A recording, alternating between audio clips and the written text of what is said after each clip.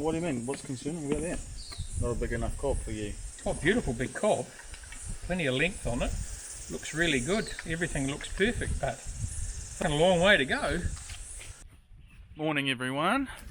The sun is up and it's an absolute screamer of a day. The fog has just lifted, so everything's looking beautiful. The wind is down, so I think today's plan is we're going to get the drone out and go have a look at all the crops, see how they're tracking. It's sort of that time, we're sort of middle of the season, so just keep an eye on things, see how everything's going, and just make sure there's no sneaky untowards happening, no cattle have got in, no bugs are getting them, no fungus has kicked in. So that's today's plan. The old man's going to come down and pick me up, and we're going to head for a drive around all the blocks and just take a look over the next couple of hours.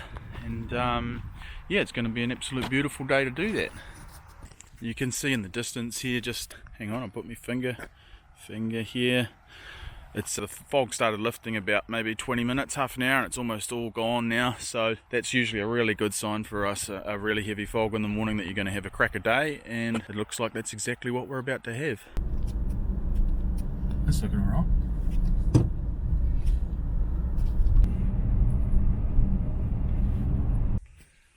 Right, so we're out here at our first stop for the day, and just having a look around. Everything's looking pretty good, so that's good.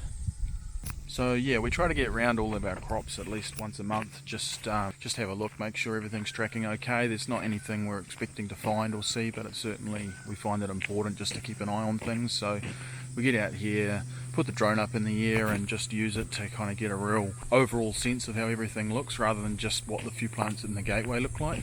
And then when I get home, I'll stitch all of that together, all that footage from the drone, I'll stitch it all together, and then we'll have sort of a time-stamped group of images to say, on this date this is how the crops looked, and I can compare that to previous years, and just see how we're tracking, and generally give us, you know, a good idea how things are looking. What do these crops look like when you get inside the row? I'm down nice and low, so you can kind of see very little sunlight is making it to the ground, these tiny little patches. How thick. That made the camera go crazy. Yeah, so it turns out the camera doesn't like being smashed with a whole lot of leaves. And this is a better view of me walking through these crops. You can see they're just ginormous, so happy days. And they're all looking pretty good so far. I mean, we've had rain, we've had a fair bit of warmth, so other than the ones that got hammered early with some heavy rain, everything's looking pretty tip-top.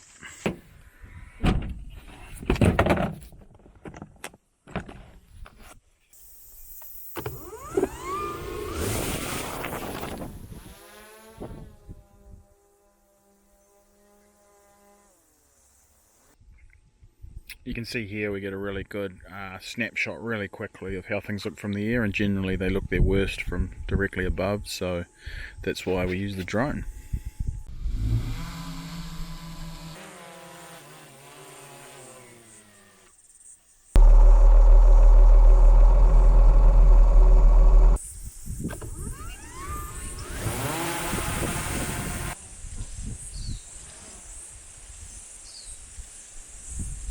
Oh, yeah.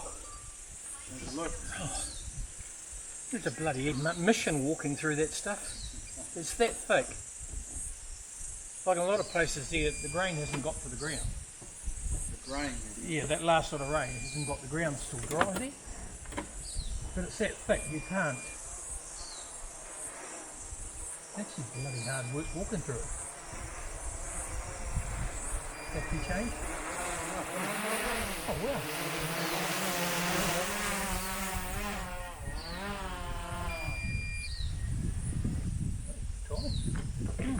Which is a bit concerning, really. What do you mean? What's concerning about that? Not a big enough cob for you. Oh, beautiful big cob. Plenty of length on it.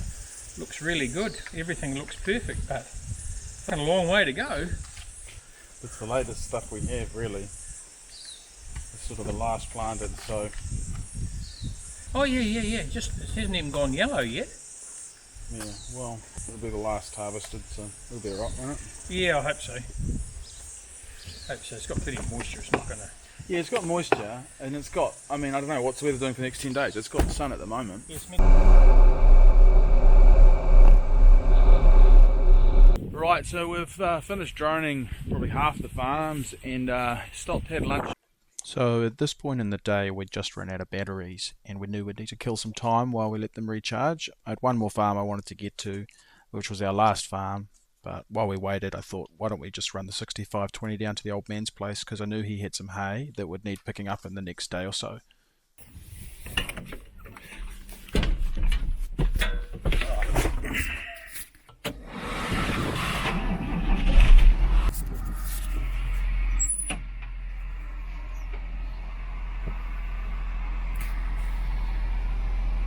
It's my death trap of an entranceway, but I do have a little mirror up here to help.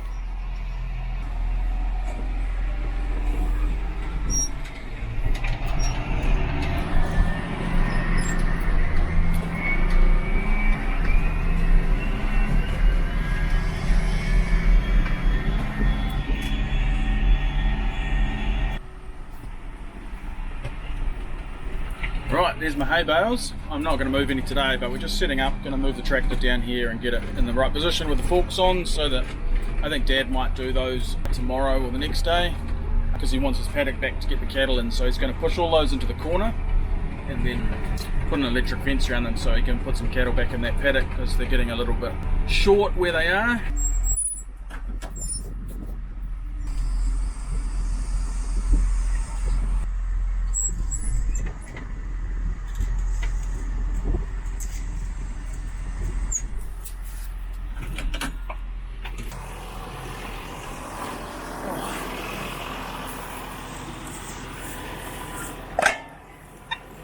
Right, locked on.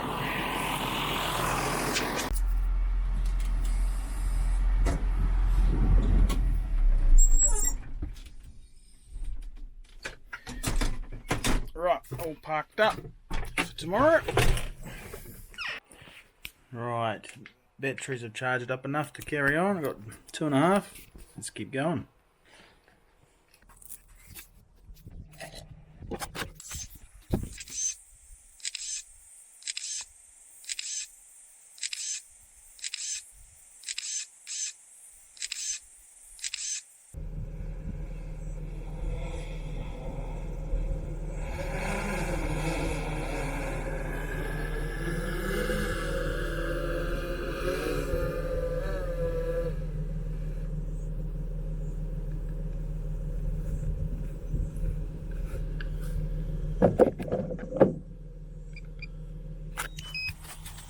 Right, thanks for watching, appreciate your time.